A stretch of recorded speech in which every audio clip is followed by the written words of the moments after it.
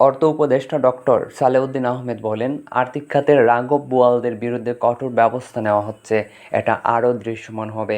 দৃশ্যমান হলে সব কিছু আপনারা দেখতে পাবেন।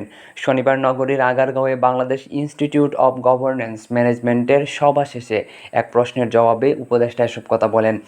উপদেষ্টা আরও বলেন, কালো টাকা সাদা করার সুযোগ না থাকায় এনবিআর অর্থ লুটপাটকারীদের সহজে ধরে ফেলবে। বাজার কারসাজি প্রসঙ্গে তিনি আরও বলেন, ডিসিদের নির্দেশ দেওয়া হয়েছে চাঁদাবাজদের বিরুদ্ধে কঠোর হওয়ার জন্য। আশা করি চাঁদাবাজ কমলে নিত্যপণ্যের দাম কমবে। আলু ও পেঁয়াজের ট্যাক্স কমানো হয়েছে।